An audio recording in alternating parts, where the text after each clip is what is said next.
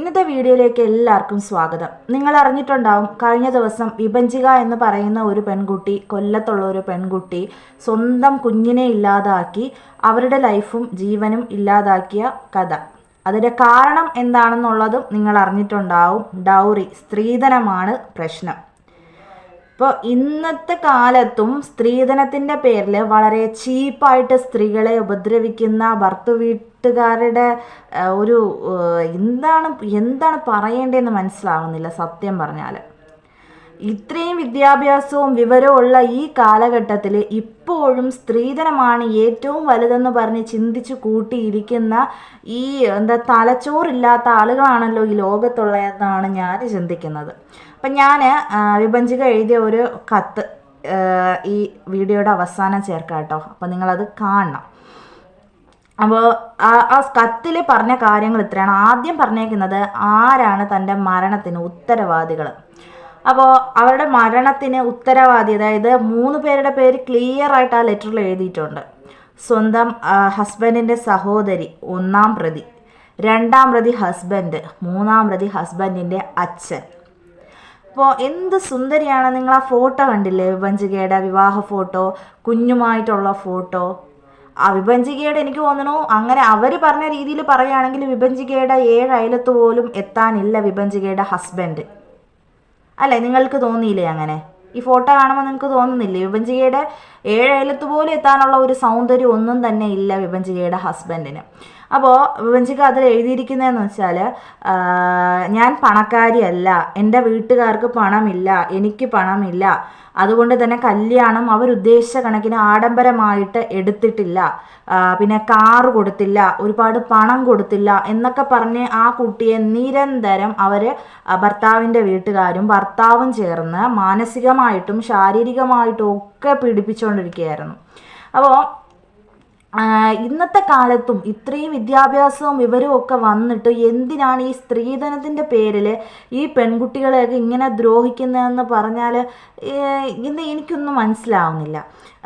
നമുക്ക് എന്തിനാണ് ഒരു വിവാഹം കഴിക്കുക? നമ്മുടെ ജീവിതത്തിൽ ലൈഫിൽ അങ്ങോട്ടും ഇങ്ങോട്ടും മക്കൾക്ക് സപ്പോർട്ടായിട്ട് നിൽക്കണം. അല്ലെങ്കിൽ ഒരു മകനാണെങ്കിൽ മകൻ്റെ ജീവിതത്തിൽ ഉയർച്ചയും താഴ്ചയും ഉണ്ടാകുമ്പോൾ അവൻ്റെ ജീവിതത്തിൽ ഒരു സപ്പോർട്ടായിട്ട് അടുത്തൊരു ജനറേഷൻ ജനിപ്പിക്കാൻ, അവൻ്റെ കുഞ്ഞുങ്ങളെ അല്ലെങ്കിൽ അവരുടെ കുടുംബത്തിനൊരു അവകാശികളെ ഉണ്ടാക്കാനാണ് പലരും വിവാഹം എന്നുള്ളത് അതാണ് അർത്ഥം.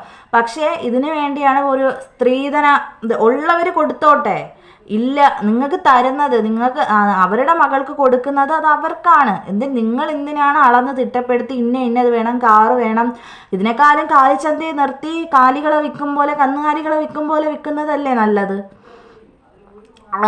മക്കളെ ഇങ്ങനെ വിൽക്കാച്ചരക്കിന് വില പറഞ്ഞ് എൻ്റെ മകൻ ഇത്ര ക്വാളിഫിക്കേഷൻ ഉണ്ട്, അതുകൊണ്ട് അവന് കാറ് വേണം. ഇല്ല, അങ്ങനെ ആവശ്യമുള്ളവരാണെങ്കിൽ നിങ്ങൾ നേരത്തെ പറയൂ, ഞങ്ങൾക്ക് ഇത്ര ഡിമാൻഡ്സ് ഉണ്ട്, ഞങ്ങൾക്കിത് കിട്ടിയേ പറ്റൂ. ഇത് കല്യാണം നടക്കാൻ ഒരു വേഷം, കല്യാണം കഴിഞ്ഞു കഴിഞ്ഞാലും മറ്റൊരു വേഷം. കല്യാണം പാലം കിടക്കുന്നവരെ നാരായണ, അത് കഴിഞ്ഞാൽ കൂരായണ, അങ്ങനെ എന്തോ ഒരു സംഭവം പറയാറില്ലേ? അതേപോലുള്ള ഒരു അവസ്ഥയാണ് ഇപ്പോൾ ഈ കല്യാണം നടത്തിപ്പുകാരിൽ നിൽക്കുന്നത്. കല്യാണം നടക്കണവരെ പറയും ഞങ്ങൾക്ക് സ്ത്രീധനം അത് നിങ്ങളുടെ മോക്ക് കൊടുക്കുന്നത് കൊടുത്തുള്ളൂ. അത് കഴിഞ്ഞ് വീട്ടിൽ വന്ന് കയറുമ്പോൾ അത് കൊടുത്തില്ല, ഇത് കൊടുത്തില്ല എന്നൊക്കെ പറഞ്ഞിട്ട് സംസാരം തുടങ്ങും. അപ്പം എന്തിനാണ് വീണ്ടും ഈ നമ്മുടെ നാട്ടിൽ ഓരോ ദിവസം കൂടുന്തോറും സ്ത്രീധന പീഡന മരണങ്ങൾ കൂടി വരികയാണ്. അപ്പോൾ അതിൽ അറസ്റ്റ്, അത് TV-യിലും പത്രത്തിലും വന്ന അപമാനം. അപ്പം ഇത്രയൊക്കെ എല്ലാവർക്കും അറിയാം. നമ്മൾ നാണം കെട്ടു പോകും ഈ TV-യിൽ. പിന്നെ അങ്ങനെയുള്ള ജാതികൾക്ക് അങ്ങനെ പെരുമാറുന്ന സ്വഭാവം ഉള്ളവർക്ക് ഈ നാണോ മാനോ എന്ന് പറയുന്ന സാധനം കാണില്ലല്ലോ. അതുകൊണ്ടായിരിക്കും ഇങ്ങനെ വന്നു കയറുന്ന പെൺകുട്ടികളോട് നീ അത് കൊണ്ടുവന്നില്ല, ഇത് കൊണ്ടുവന്നില്ല, എരന്ന് ചെയ്യുന്നത്. ഇതിനേക്കാളും പോയി തെണ്ടി ജീവിക്കുക ആയിരിക്കും നല്ലത്. ആൺമക്കൾക്ക് വേണ്ടി സ്ത്രീധനം എരന്ന് വാങ്ങിക്കുന്നത്, എന്നിട്ട് അതിൻ്റെ പേരിൽ വന്നു കയറുന്ന പെൺകുട്ടികൾക്ക് പീഡനം.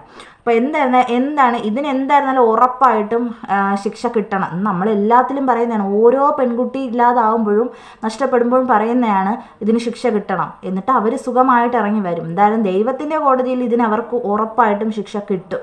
അപ്പോൾ എന്താണ് നിങ്ങൾക്ക് ഇതിനെ പറ്റിയുള്ള അഭിപ്രായം? വിഭജിക ഒരു വോയിസ് ഒക്കെ അയച്ചിട്ടുണ്ടായിരുന്നു കേട്ടോ.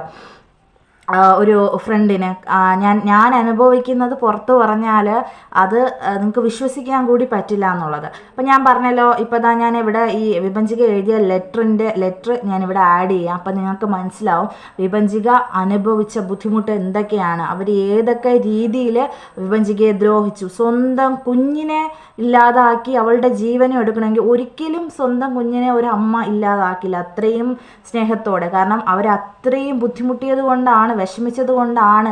ഇനി ഞാൻ ആ കുഞ്ഞിനെയും കൂടെ ഇവർക്ക് കൊടുത്തിട്ട് പോയാൽ ആ കുഞ്ഞിനെ ഇവർ ഇങ്ങനെ ഈ രീതിയിൽ വേദനിപ്പിക്കും എന്നുള്ളത് കൊണ്ടാണ് ആ അമ്മ നൊന്തുപെറ്റ കുഞ്ഞിനെയും കൂടെ ഒപ്പം കൂട്ടിയത്. അപ്പോൾ നിങ്ങളുടെ അഭിപ്രായങ്ങൾ നിങ്ങൾ കമൻറ്റ് ചെയ്യണം. ഇനി ഒരു പെൺകുട്ടിക്ക് ഇങ്ങനെ ഒരു അവസ്ഥ വരരുതെന്ന് നമുക്ക് പ്രാർത്ഥിക്കാം, അല്ലേ? അപ്പോൾ അടുത്ത വീഡിയോയിൽ കാണാം. ബൈ.